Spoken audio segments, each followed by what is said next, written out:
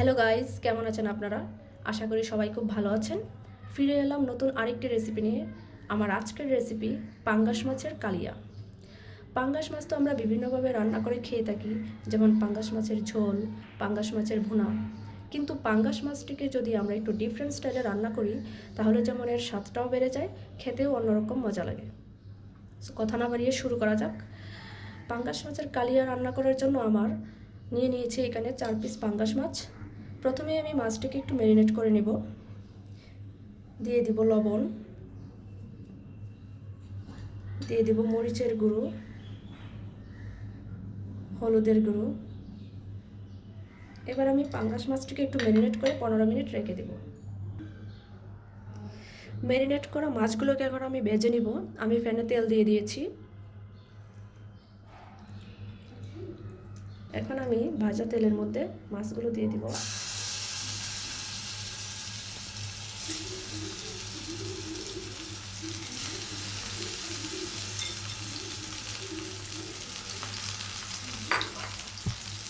মাছগুলো ভাজা হওয়া পর্যন্ত একটু অপেক্ষা করব। পাঙ্গাস মাছগুলো ভাজা হয়ে গেছে।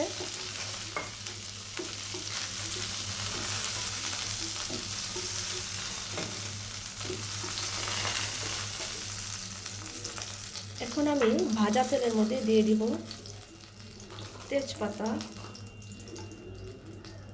দিয়ে দিব শুকনো লঙ্কা, 2 টুকরো দারচিনি, একটা এলাচ, আর দিয়ে দিব গোটা জিরা।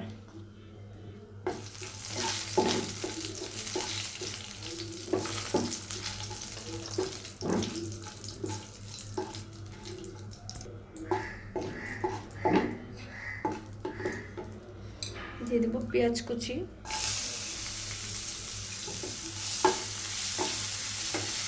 পেঁয়াজটা একটু ভাজা হওয়া পর্যন্ত অপেক্ষা করব। পেঁয়াজটা মোটামুটি ভাজা হয়ে গেছে। এই পর্যায়ে দিয়ে দিব আমি ব্লেন্ড করা পেঁয়াজ,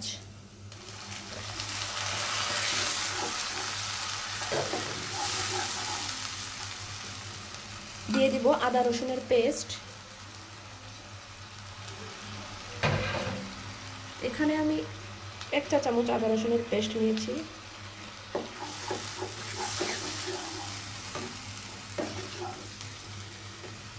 দিয়ে দেব মরিচের গুঁড়া 1 চা চামচ,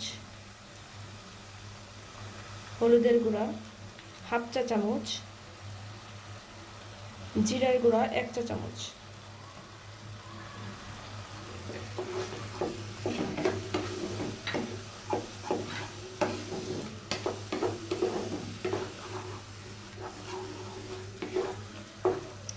এবার আমি দিয়ে দিব ব্লেন্ড করা টমেটো। এখানে আমি একটা পাকা টমেটো ব্লেন্ড করে রেখেছিলাম। দিয়ে দিব দুইটা কাঁচামরিচ। সবগুলো উপকরণ এখন আমি ভালো মতো কষিয়ে নেব।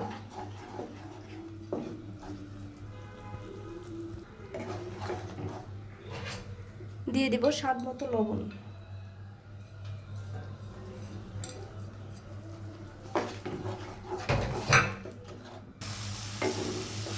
মশলাটা ভাজা হয়ে গেছে। এখন আমি দিয়ে দিব মাছগুলো।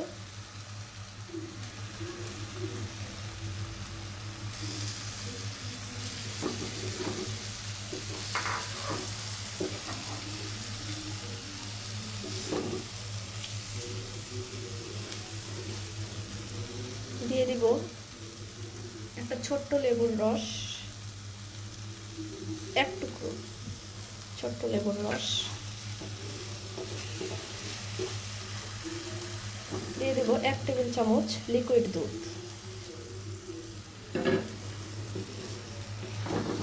এবার আমি একটু নেড়ে চেড়ে এটাকে ডেকে দিব। এবার একটু পানি অ্যাড করব, আর দিয়ে দিব 1 চা চামচ জিরা গুঁড়ো, জিরা বাটা। এবার আমি নেড়ে ছেড়ে ডেকে দিব এবং তৈরি হয়ে যাবে আমাদের পাঙ্গাস মাছের কালিয়া। তৈরি হয়ে গেল আমাদের পাঙ্গাস মাছের কালিয়া। এখন আমি রেসিপিটি প্লেটে নিয়ে পরিবেশন করব। তৈরি হয়ে গেল আমাদের আজকের রেসিপি পাঙ্গাস মাছের কালিয়া। আমার রেসিপিটি কেমন হয়েছে কমেন্ট বক্সে জানাবেন। আর আপনি যদি আমার চ্যানেলে নতুন হয়ে থাকেন তাহলে আমার এই ছোট্ট চ্যানেলটিকে সাবস্ক্রাইব করে পাশে থাকবেন, যেন পরবর্তী কোনো ভিডিও দেওয়ার পর সরাসরি আপনার কাছে চলে যায়। আজকে এই পর্যন্তই। সে পর্যন্ত সবাই ভালো থাকুন, সুস্থ থাকুন। ফিরে আসবো নতুন কোনো রেসিপি নিয়ে। ধন্যবাদ।